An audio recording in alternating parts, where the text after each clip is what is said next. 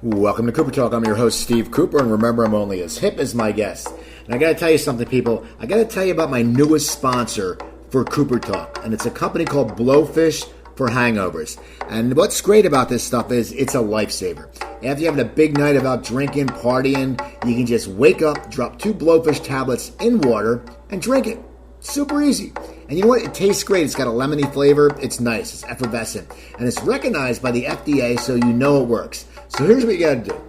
You go to 4hangovers.com. That's right, 4hangovers, F-O-R, hangovers.com, and use a promo code Cooper to get 20% off your order. That's right, just use my name and you get 20% off.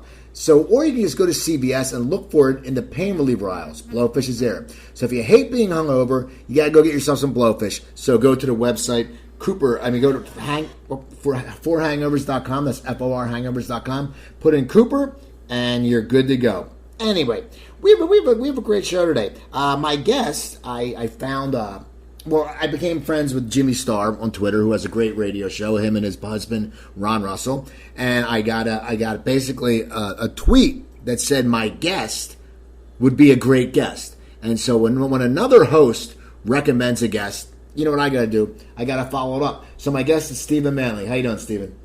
I'm good. How are you, Steve? I'm good. You know, it's funny. I always do this, and it's just weird as, you know, as a fellow Steve, I'm a V and you're a PH. And it's always weird. It's not like a rivalry, but it's so funny because I'm always like, hey, he's a PH. Right. Well, you can always say Stefan. You can throw a European slant on it. Oh, it's a Stefan, or you could just say Stephen. Now, we'll be okay. We'll work it out. Yeah. What's your middle name? Michael. Okay, because I'm Scott. I always want to find, and I don't care if it be a PH or a V. I always want to find another Stephen Scott because I think my mom. I always got mad about my name because my brother was Thomas Spencer Cooper III. And I'm Stephen Scott Cooper. So, well, I like Stephen Scott Cooper. You know, the other one sounds a little bit royal, which might sound a little bit pretentious. You know, but I think that Stephen Scott Cooper is just fine. Now, I got to talk to you. You've had a very long and impressive acting career. You've been working, forever. How did you get into the acting business? I know it was a very young age. What was your upbringing that guided you towards having a career where, you know, I looked at your resume, you've probably never had another job in your life besides acting, which to me is just so impressive. How did you get started? What got you on the path to being an actor and just keep it going? Well, I'll start off the answer to that. You know, Jimmy and Ron, great fellows. And they kind of started off the same way. Oh my God, you're in all these shows that we used to watch, which was really, really cool. I mean, Jimmy was really kind of jumping up and down about that, and I thank them very much for sending me your way. My grandfather was from Italy. I'm adopted, and my adopted mom, her dad was from Italy, and it all starts with his story, Steve. He ended up in New York when he was about 12 or 13 years old, and they put him to work in a shoe factory, which he hated. And his older brother went and joined the Navy, and then his eldest brother, we don't know what happened to him.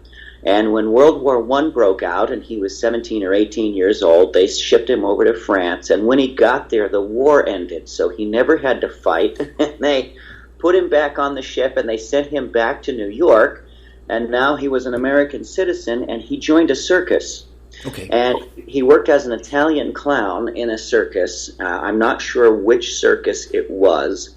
And I do know that one of his chores was to keep the lion cages clean. So he slept on top of the lion cages on the train when they would go from city to city. And he eventually landed in Los Angeles, and he thought he would see real cowboys and real Indians. And instead he stepped off the train, and he found D.W. Griffith casting the movie Intolerance, that great big silent film, you know, that's got the big Babylonian sets and stuff that has thousands of people all over it with those 30-foot big plaster elephants. You're probably aware of that famous picture, you know? Right. And he got cast as a Roman soldier for the Roman sequences in that, and I actually have a hand-tinted still picture of his costume test from that film to this day. And he stayed in the film business from 1917 all the way until 1966, when he retired as a stuntman. And he pops up in everything from Our Gang to Laurel and Hardy. You can catch him in the beginning of Frankenstein. You know, he was in Singing in the Rain with Gene Kelly for a brief bit, getting drenched in the rain before Gene Kelly gave him the umbrella. You know, I mean, he's everywhere. He never became a huge star, but he was working all the time. He was just one of those character bit players that loved working. And he tried to get Stella, my mom, to be an actress, but she was more interested in getting suntans, so she sort of kind of let that go in the late 1940s. And after his wife passed away, he lived with us, and it was just natural when I was growing up. You know, I remember as early as 2, 3, 4 years old, you know, I'd come around the corner and find him with his ancient makeup kit cracked open, and he would be making a nose putty nose and showing me how they did makeups or prosthetics or make people into monsters. He had films, he had a projector, and he would actually show a lot of stuff that he was in on films. And of course he had thousands and thousands of pictures, and he would explain to me the story behind every single one of them. And then he began to teach me how to read. And he would start to teach me how to read by pulling these old film scripts off the shelf. And, you know, I started to learn what a stage direction was and what dialogue was and all of these things. And when I turned 5 years old, he took me by the hand down to the Screen Actors Guild, and he talked to a fella there in Italian, and I walked out with a Screen Actors Guild card. You know, I mean, you could do that back then. You couldn't do that now. And an agent saw me. And she saw me on a talent show. It was called Juvenile Jury. A gentleman named Gene Barry was the host of it. And it was kind of a little talent show that they would put on like at 7:30 in the evening. And talent agents would watch it and see what kid they thought was precocious enough that they could push in the film business. And a lady liked my look. You know, I was very European looking. I had deep set eyes. I always looked like a starving European war orphan. And so she picked me up, and that's what she started to send me on, was all that kind of stuff. And so from the get-go, my grandfather instilled in me a really good work ethic. I found myself on these back lots or on these sound stages that I would recognize from the still pictures that he would show me. And there were enough old-timers still around when I started in the early 70s that remembered my grandfather, and they kept a good eye on me. Stuntmen, special effects guys, you know, camera people, all that kind of stuff. So that's how I got started. Well, you said it was a talent show. What was your talent? Was it just acting? I mean, how did they pick, you know, did you sing, or, you know, what were you doing? There wasn't a sequence in there where you necessarily performed. What they did was they put a bunch of kids on like a panel, like a jury, and then they would ask them questions, or they would put up pieces of pop culture and stuff like that. And then they'd get the kids together and they'd have little vignettes. I remember one in particular, they took one of the dogs from Lassie, right? One of the doggy actors that played Lassie, and the dog had to jump over the children. Big stunt, you know, but we're talking early 70s variety show here. And that's what it was. That's what it was. So I didn't have to sing. I didn't have to do something like that. I do remember auditioning to be on the talent show. And I remember doing a monologue for it. So that's how I got onto the show. But when they were taping it, shooting it, you didn't really have to perform. I think they just put the kids up and asked them questions, and they kind of tested your intelligentsia for 6 years old or 5 years old. But the talent agents would watch this sometimes, and then they'd pluck somebody off of that show. So I was lucky I got plucked off the show. Well, I did, when I was reading something about you, you did the Art Linkletter show when you were 8 months old. Is that true? You know, I don't remember that, but I do remember my parents talking to me about that. Now, I don't know what they did with me. I don't know if I was in there with the bubbles at some point. that used to pop all over his movie set, but I think they just wanted a baby, and somehow I fit the bill. For what it was, I don't know, but I can't remember what happened on the Art Linkletter show, and I've never seen that episode, so I have no idea. But no, yeah, as a child actor, I mean, as you know, and Jimmy and Ronna told you they saw a lot of your stuff. It was quite impressive. I mean, you were in Carol Burnett, you were in All in the Family. How did that happen? And were you at the time, because you're so young, did you know that at that time those shows were just legendary? I realized how legendary the shows are. I mean, look, nowadays people have so many channels to choose from, and entertainment is at your fingertips. My God, you can watch it on your phone, on the computer, between cable and Netflix and Hulu. I mean, you have access to so many things, For instance, we just watched Jaws because we watch it every 4th of July. It's kind of a tradition. Love to watch Jaws on the 4th of July because the shark eats the guy in the pond on the 4th of July. So we watch it on the 4th of July, right? But back then, when it was on, and that was it, I mean, you had to wait a long time for a movie or a TV show episode to repeat or even come on to the television. It's hard for young people to realize there were only a few channels, So the shows, if that show was on, like All in the Family or Carol Burnett or something like that, it was a big deal. So the shows really carried a lot of weight back then, and All in the Family was a groundbreaking show. Carol Burnett show, everybody loved Carol Burnett, so it was I really understood the importance of being on those even back then. It was like, wow, I get to be on All in the Family, and it was a pretty good role. It was a large role. I think one of the larger roles for a young person on that at the time, right? Carol Burnett show was kind of a comedy vignette, but all of those big stars were on that TV show, so you recognized them when you saw them.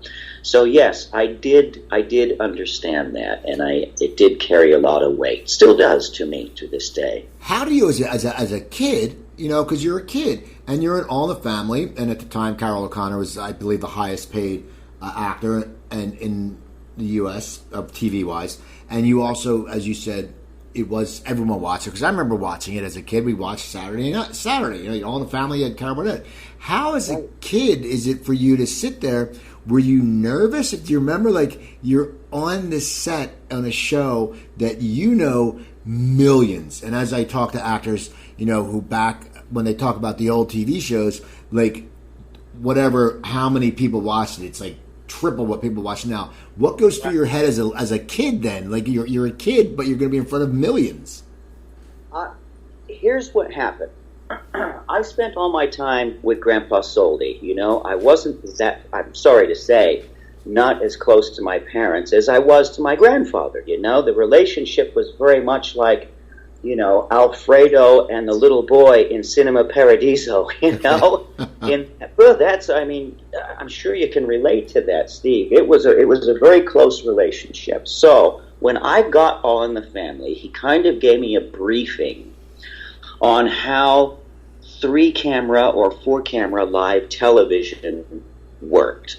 So when I went into it and I got the job, I understood there would be rehearsals. I knew that we would be in like a rehearsal stage, and then you did it in front of a live audience, obviously. So I knew that in the back of my head. And to tell you the truth, because he gave me such confidence, and because I wanted to make him proud, and because I felt like I was doing what my grandfather used to do, I wasn't nervous about it.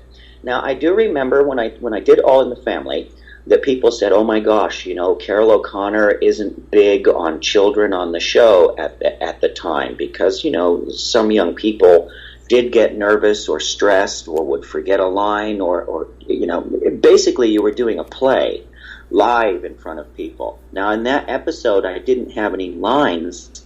The storyline was there was an actress named Marcia Rod, and she shows up, and Gene Stapleton opens the door, and Marcia Rod says, this is Mike's kid, and she pushes me through the door and splits.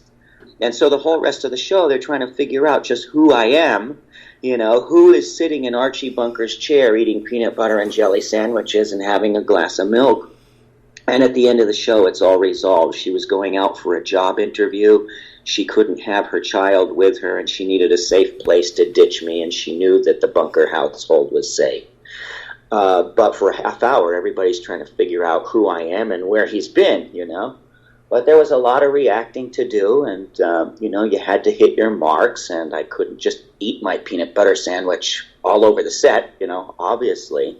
So it was a really good introduction to that kind of a show. But I wasn't nervous, and Carroll O'Connor treated me very, very well. And I remember after the show was over and everybody went out to take their bows, he came backstage and he talked to my mom and he said, "Stella, I need Steve." And she said, "Sure." And he took me out, just the two of us, and we took a bow, and he brought me backstage. So he treated me very, very well. It was a great set, but I took it very, very seriously, Now, after that role, you go on a run of some really great shows, which, by the way, you were in. I know there's a ton of TV great shows you've been in, but you were in Kansas City Bomber, and I still remember that movie because there was in Philadelphia there was a roller derby team. I forget what they were called, but I remember watching that movie. How did all the roles start coming to you? Did you have to audition, or after All in the Family, because it was such a big show and you were a big part of it? How did the roles start coming to you? I did have to audition for everything, and again, Grandpa Soldi taught me how to audition, etc., etc., etc. And I tell you, it's really strange. Back in the 70s, man, right? In the 70s, standing in these offices or at these studios, and you're 6 to 8 years old, these children behaved like adults when they were going on auditions. It was really, really weird. You'd memorize your dialogue, you were prepared for an audition, but it was strange, to have the children and their moms, but, all these young people that I knew, they were very, very adult-minded. They were very, very adult in their thinking, and everybody seemed to handle themselves very mature when they went in on their auditions and everything, So I had to audition. I had to be competitive against the other people, and I began to book roles. And, the kind of stuff I began to book, you sort of saw what type I was. Again, my eyes were very deep set. I was very, very thin, and I looked like the Artful Dodger, when I was a little kid. I looked like Jack Wilde, and if you put a bowl out with a piece of stale bread in it and I had to hold it, I probably would get that far, So I ended up dying in a lot of stuff, I died of tuna fish poisoning, I had polio, I had rickets, I had speech impediments. Wait, did you just say you had rickets? Oh yeah, I had rickets, I had polio, I sold my sister to Bruce Boxleitner for a bar of chocolate in World War II once, it's like, whenever they needed a kid like that, I usually fit the bill for it. But again, everything was an audition, and you don't win them all. You're not right for every single part, and you develop a little bit of a thick skin. But my typical day was, because my dad wanted me to be in a public school. He thought that was really, really important for me socially and mentally and all that kind of thing.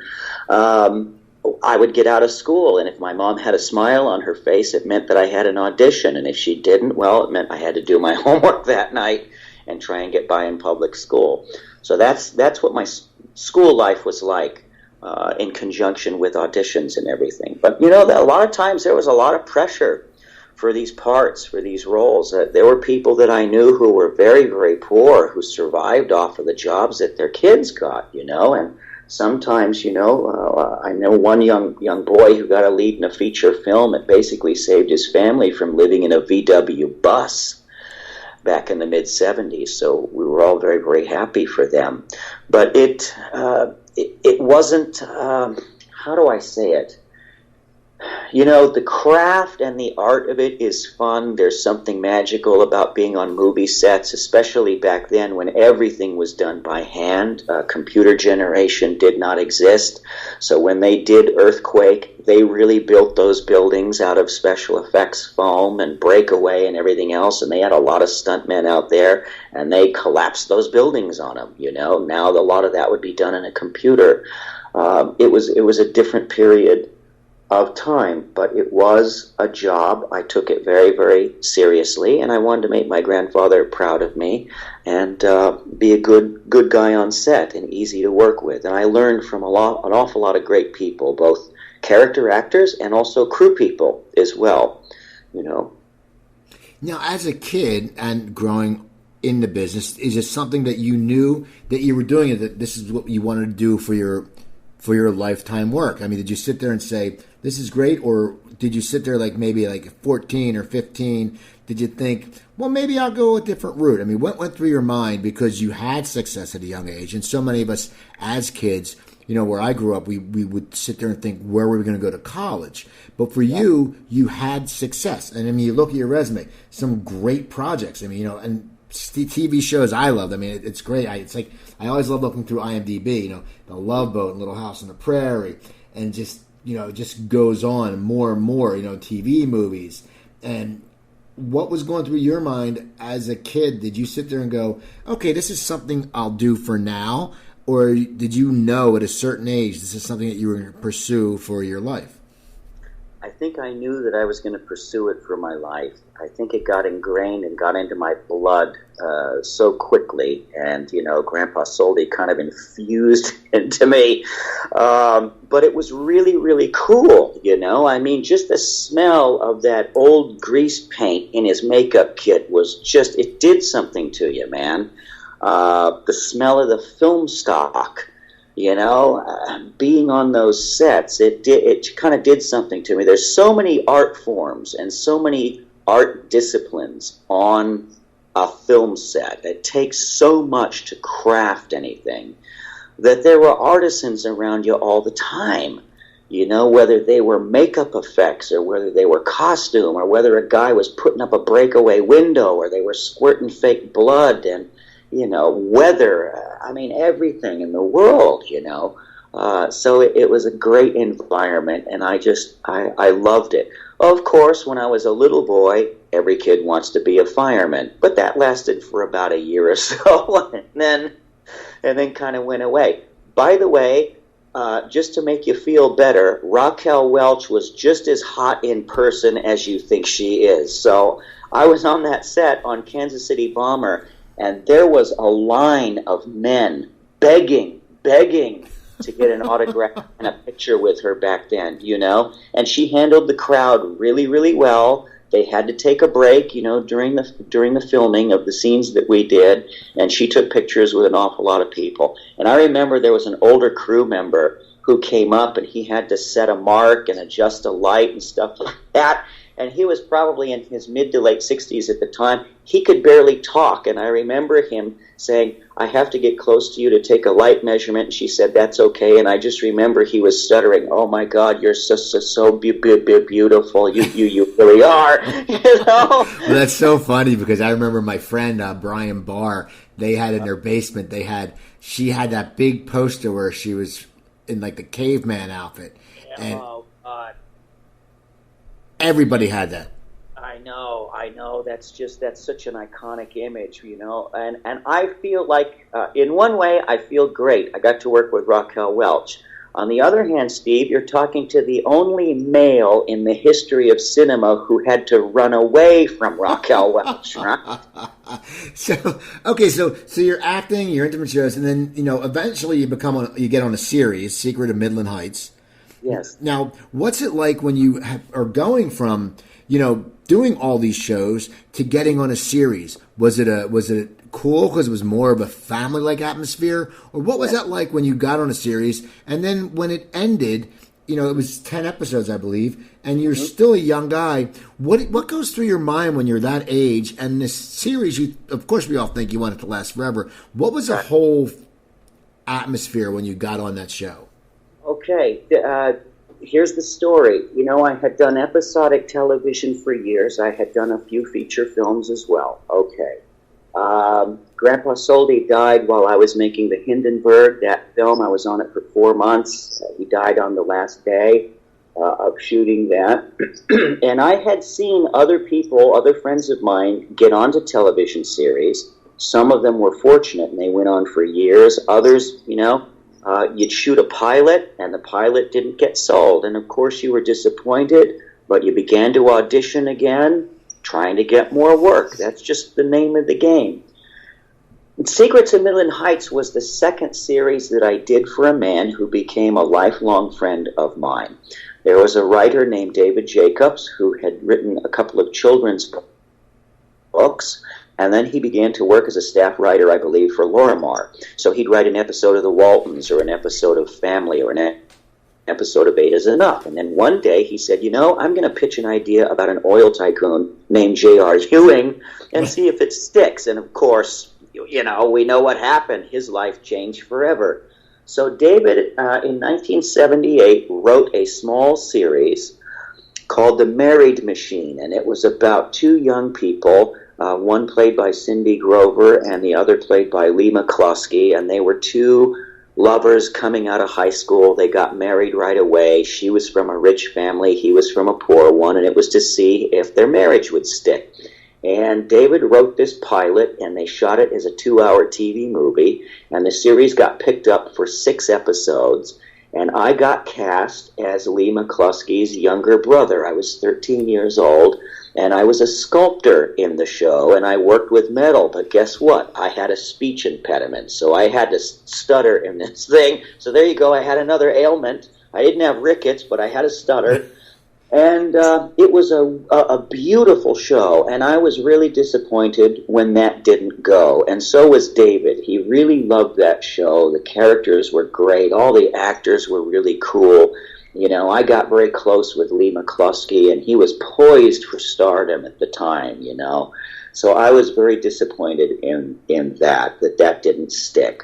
But I ended up, you know, after that, doing some more episodic work. I guest starred on The Love Boat, which was really cool. You know, I got to ride on The Love Boat. Got my first screen kiss with Nancy McKeon on The Love Boat. That was pretty cool. Damn.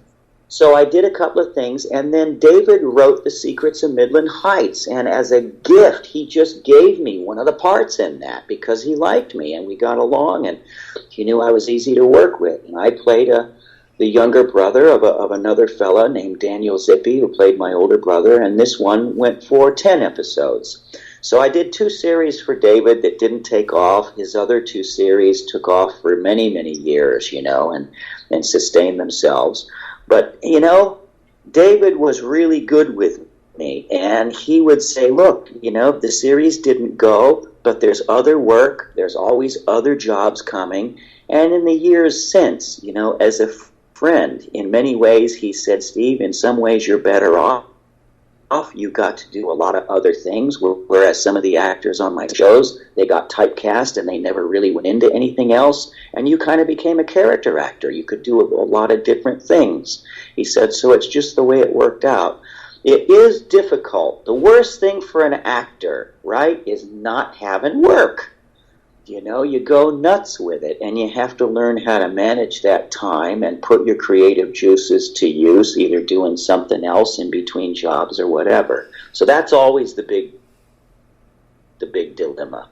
But I had great people guiding me, and there were some times where it was difficult, but you get through it, and, you know, something else pops up. Sometimes something really, really cool.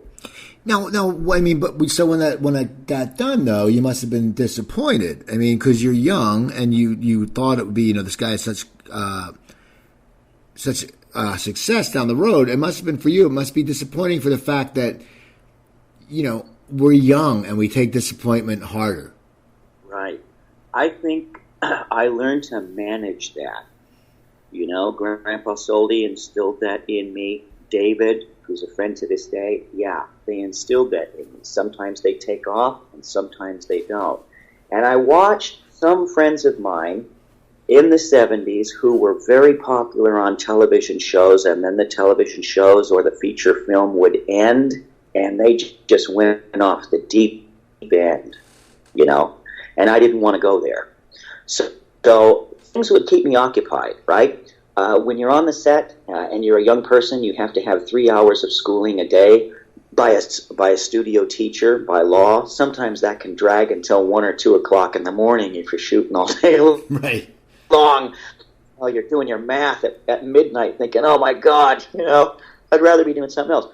But a couple of my studio teachers knew that I was interested in special effects, or I was interested in character makeup, or I was interested in how they shot stuff. So to qualify for some of my, like, manual arts, right, I couldn't take wood shop, but I'd go to the MGM special effects department and they would heat up the hot table and pour out a breakaway mirror, right?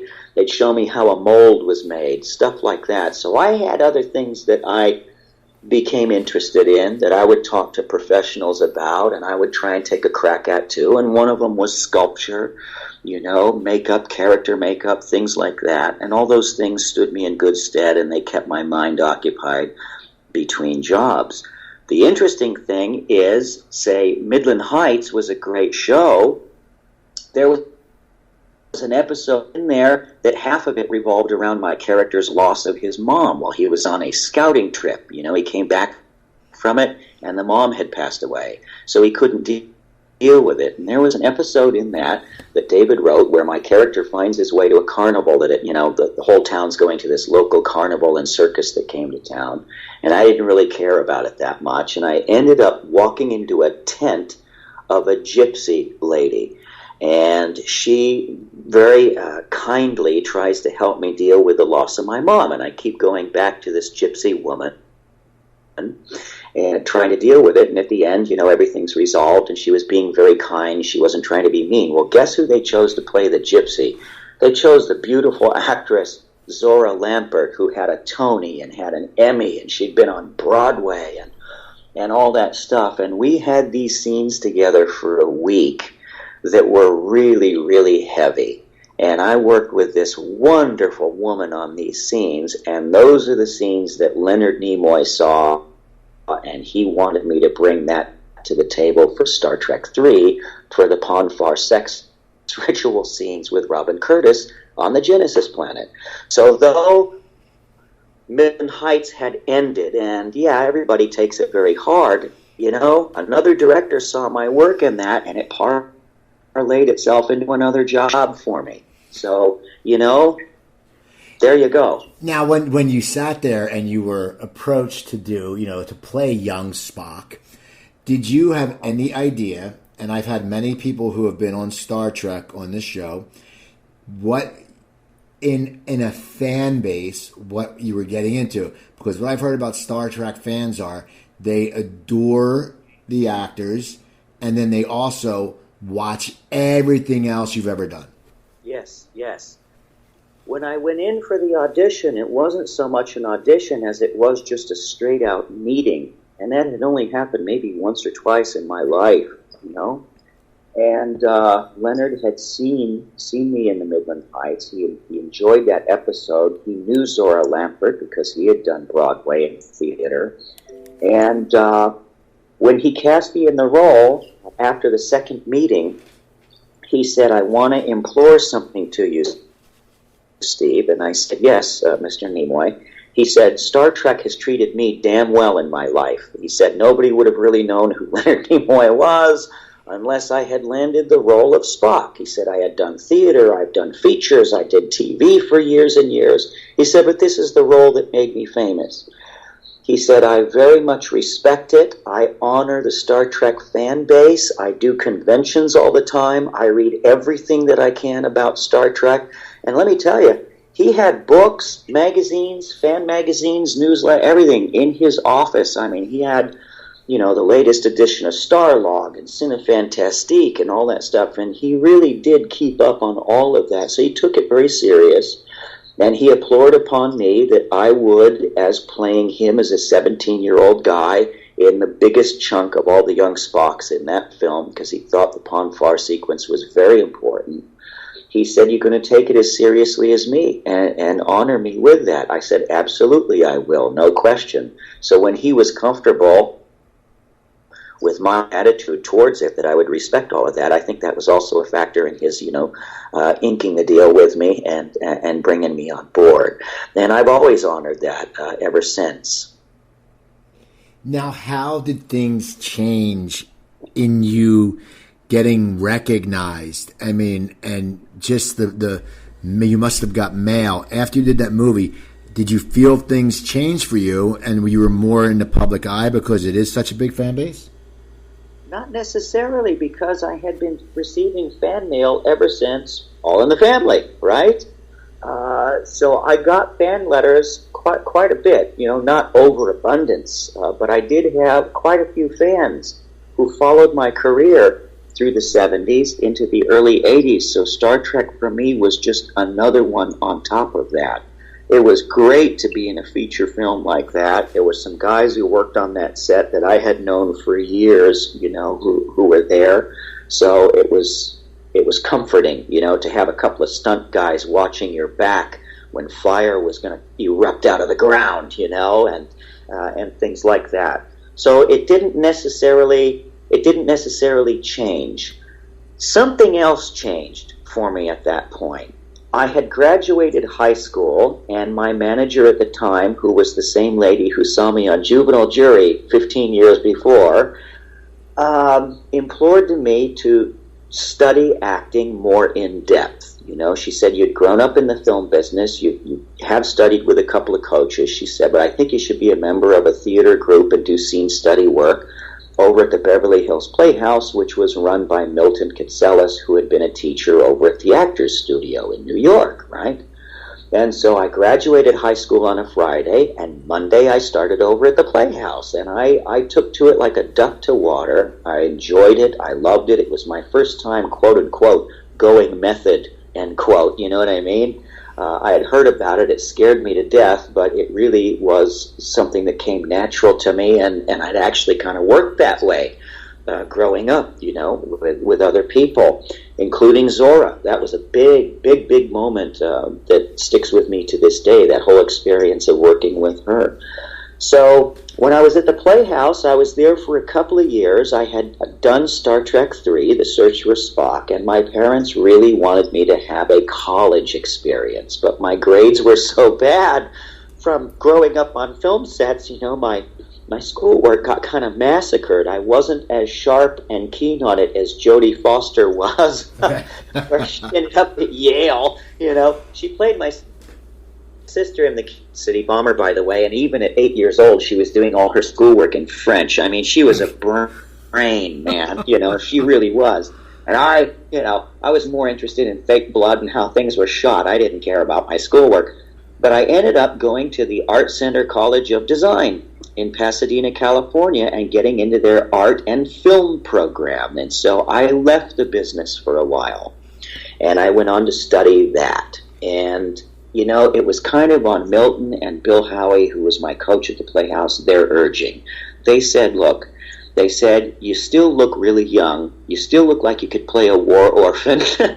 You still look like you could have rickets, but you're 18, 19, 20 years old. You're capable of doing some of these great things, but you don't look like you can be cast in this stuff. So why don't you go away for a while on sabbatical, right? And learn some other things and broaden your horizons. And then when you come back to things as an actor, you can bring the sum total of all your experiences to your work. Now, that was a great thing. It was really scary. I just didn't realize it would take a couple and a half decades before I caught up with myself, then came back and started doing some more good work, right? Well, I was going to say, when you went to the school and for design and arts and stuff like that, and I was going to say this earlier, you had such a great teaching in behind the scenes of film too, because you said, making the fake glass and all this stuff. I mean, you were working with pros as a kid that people would pay so much money to go to a school by these people. So that must have just, even though your book study wasn't that great, that whole experience just must have made you so much streetwise and smarter about the biz. Yes, it came in good stead. I took to my filmmaking studies with a vengeance. I met some wonderful people. Brad Briggs, who cut the major fight scenes in the movie 300, was one of my classmates. Nikos Soltanakis. Stephen? Yes. Did you back away? I lost some volume on you. How's this? Is this good? Yeah, I just lost some volume there. Gotcha. Back on radar here. Yeah. I went to school with some great people. Brad Briggs, who cut the major fight scenes in 300, and he became an editor for Terrence Malick, was one of my classmates.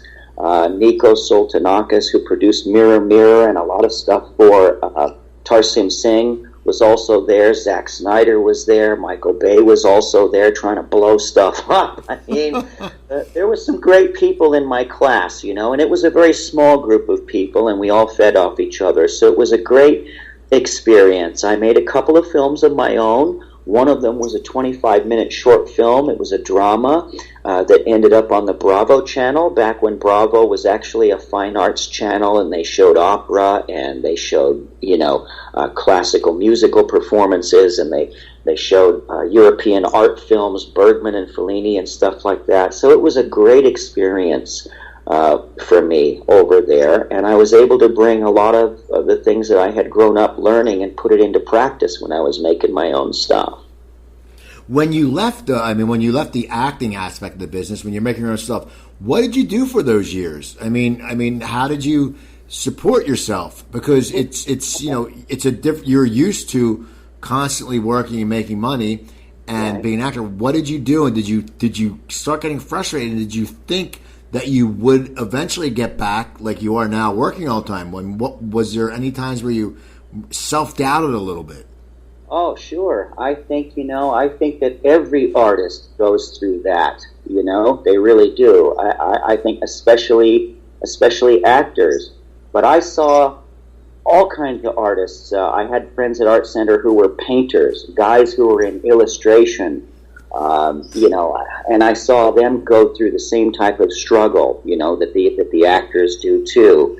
I began to do some crew work. I started to do some art direction. I did some music videos, some short films, a couple of features, stuff like that.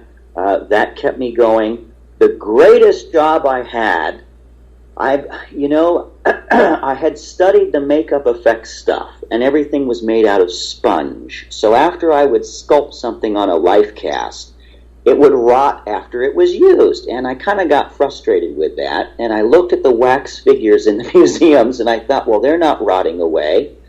And I called Movieland Wax Museum, which was the biggest wax museum in the United States for many, many years. It's now unfortunately shut its doors. And I talked to their sculptor, and the guy there worked for Rick Baker on American Werewolf in London, and he worked for Rob Bottin as a sculptor on The Thing. And, he had originally trained in wax figures, and he invited me down to the workshop to see how the wax figures were made. And there struck a friendship with David Salidi that's lasted to this day, and he kind of tutored me in wax work on the weekends or, once in a while during the week, and eventually offered me a job as his assistant. And we made all the wax figures for the Peterson Auto Museum, for the Natural History Museum in Los Angeles. And let me tell you, man, that was a cool job.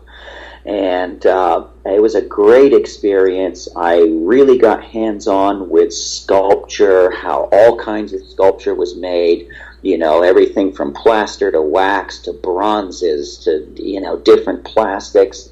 And I really think that was a great time. So I did a lot of different things. Now, I'm telling you, the first time I had to put on a waiter's apron, that was kind of a dark day.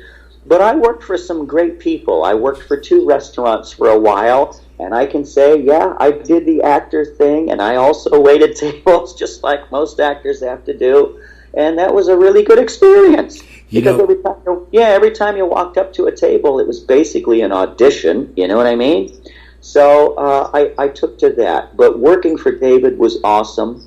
Doing the art direction was great. And, working for my friend Rob Dutcher at his little restaurant in Pasadena called Catavinos, which is no longer there, that was a great experience, too. You get through it, you get through it. And I did see light at the end of the tunnel. It just wasn't so clear when the light would come back. Yeah, so now when did you start getting back into acting? And as you said, you always your roles were as like a waif. When did you start growing out of that, where you sat there and went, okay, I can play different parts now? I mean, because when did you decide to come back? And was there a certain role that brought you back? And was there a certain moment that you said, I'm going to really start pursuing the acting again? Because you had a lot of experiences, but in all, acting, you've been an actor all your life. So when did you start coming back? And I see on your IMDb, you're working a lot now. Was there a certain role? Did someone find you, or did you just say, I got to get back to acting?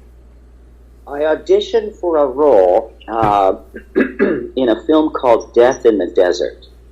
And it was a Michael Madsen film where it was loosely based on the life of Ted Binion, the man who had all these silver out in Pahrump, and he got involved with a dancer, and it's unclear how he died, whether he was killed, whether he overdosed, etc., etc. And they chose me to play his dope dealer in this. And I guess that my waifiness and my war-torn orphan and my rickets had healed had kind of gone away, and my face has got a lot more character in it now. I choke it up to mileage and fatigue and experience, but I guess you can call it character lines in my face. And you know something? I went after this role. I studied, with a couple of police officers that I know who were undercover narcs, and they gave me the ins and outs of some of that stuff that I could bring to this part. And off kicked a whole string of mean, nasty bad guys that didn't really seem to stop for a few years. And I got some great parts, man, and I was really, really grateful for it. So, again, I guess that Milton and Bill were right, and, you bring your life experience to your work, and I've been able to do that more now than ever before. What was it like on the Michael Madsen movie when you were on the set after being away for a long time and you were playing, as you said, someone mean and nasty instead of waif? When you stepped on the set, was it like riding a bike, that it just came back to you? And what went through your mind? I mean, you must have been ecstatic because you've been away for a little bit, but this is your life work.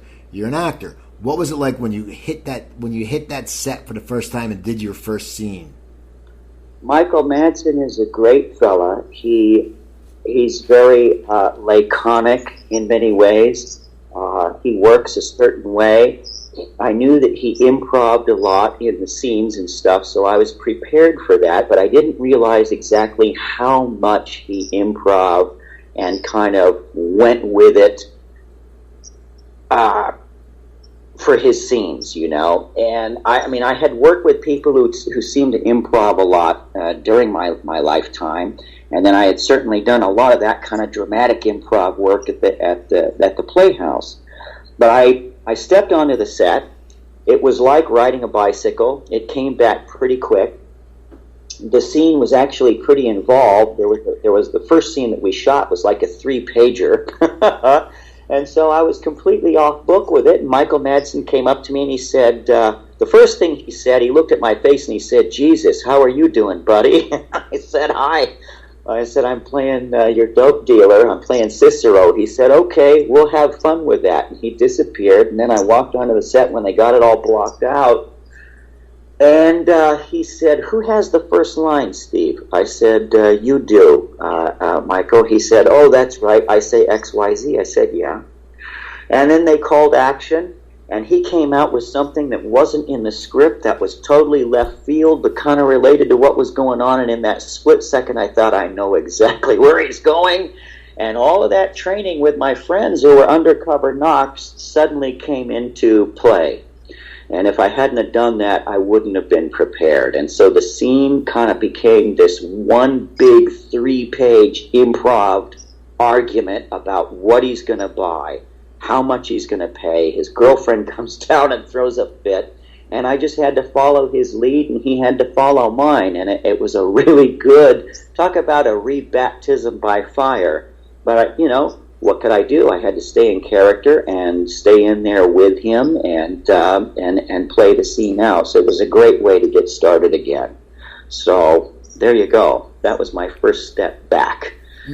Now, with the Star Trek and the Spock and the popularity of conventions, do you do conventions? Because it seems like something would be perfect for you. I saw on your Twitter you were mentioned in a sci-fi magazine. What was that magazine, and what was that write-up about?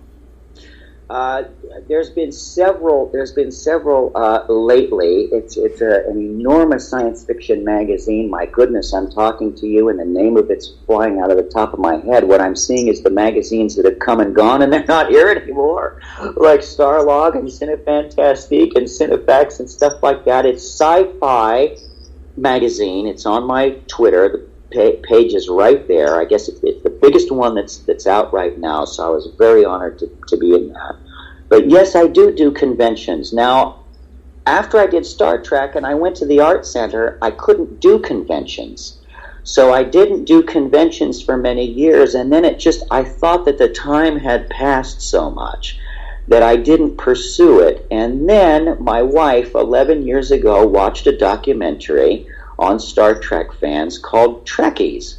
And she said, oh my God, you've got to get to doing conventions. And so we called Creation Entertainment, who handled the Star Trek conventions, and they got a hold of Robin Curtis, who I had done those Ponfar scenes with, and she got on the phone with me and she said, God damn it, where have you been for the last 20 years? People have been asking me who I had sex with on that planet. You get your ass to that convention. And so it was a little bit late, but I tell you what, people remembered who I was. It was many, many years later, and I found I had a whole bunch of nice fans out there.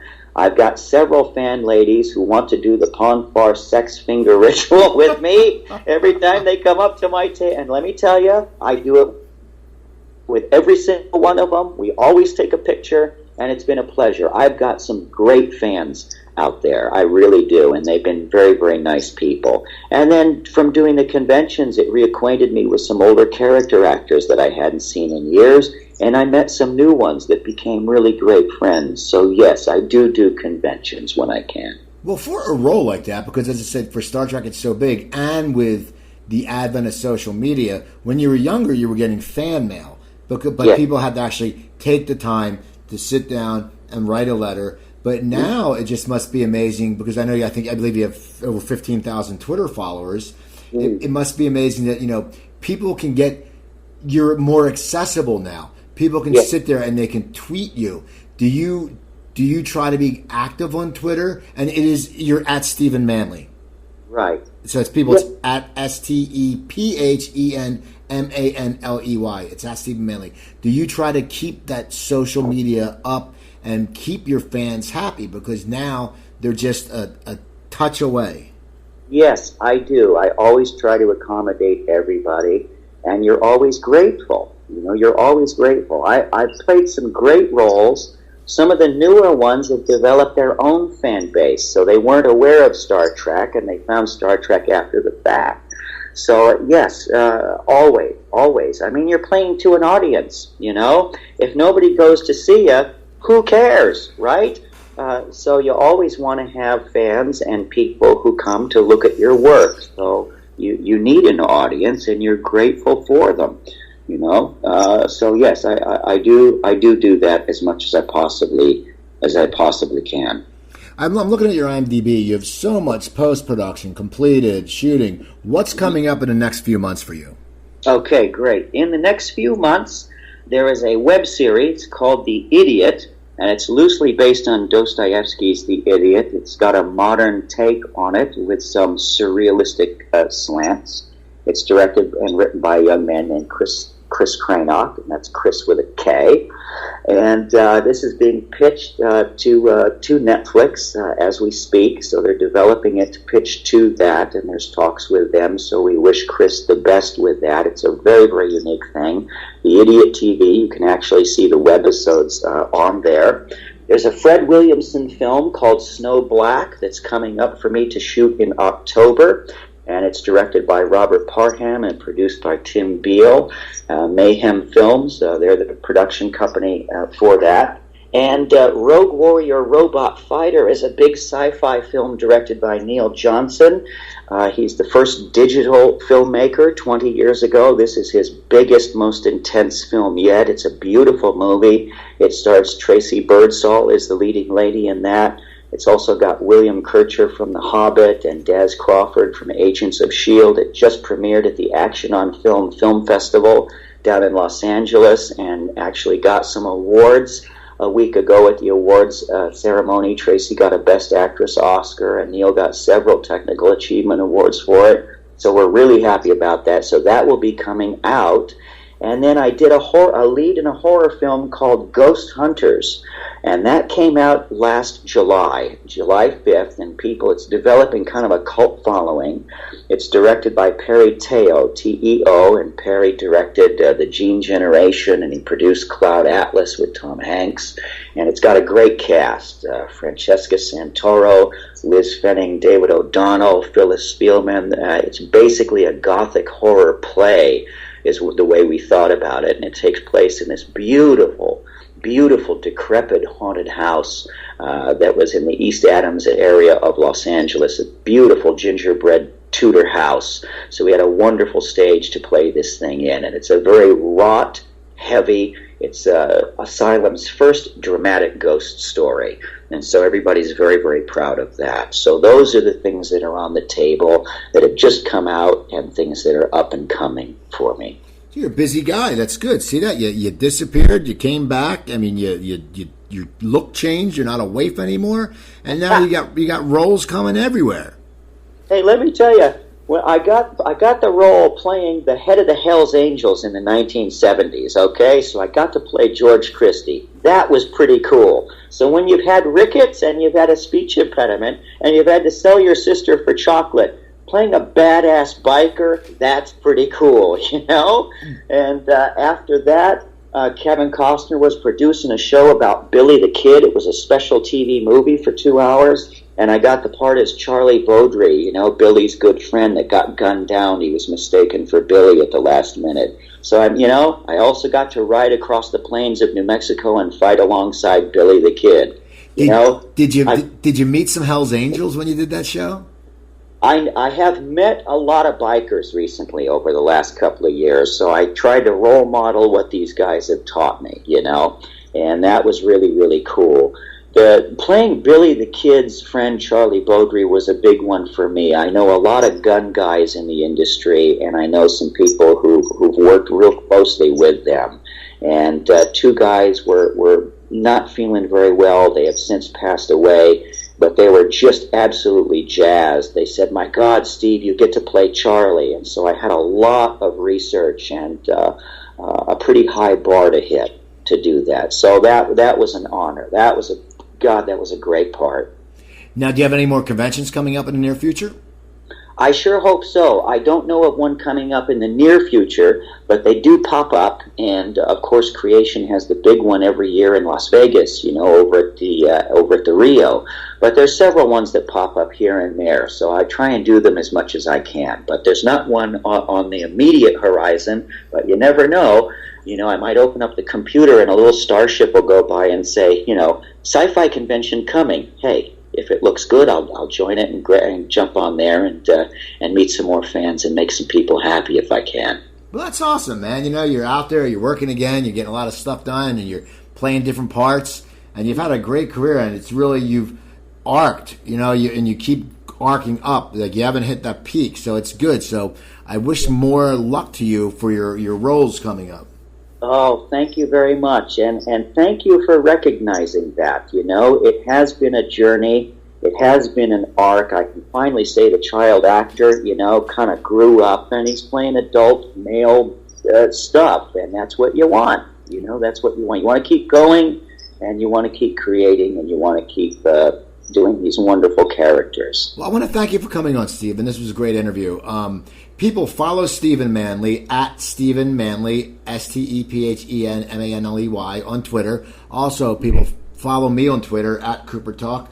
Go to my website, coopertalk.net. I have over 550 episodes. You can also email me, Cooper at coopertalk.net. I'll get back to you. Tell me who you want on my show. iTunes, Stitcher, one word, Cooper Talk. Instagram, Words with Friends, Cooper Talk 1, do that.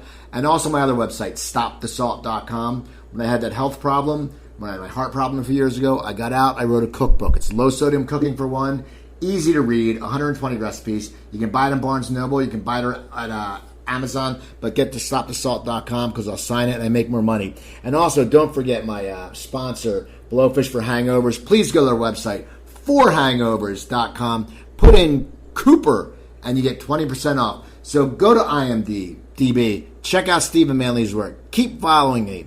Keep following me. I'm Steve Cooper. I'm only as hip as my guest. Don't forget, drink your water, eat your vegetables, take your vitamins, and I will be talking to you next week. Have a great weekend.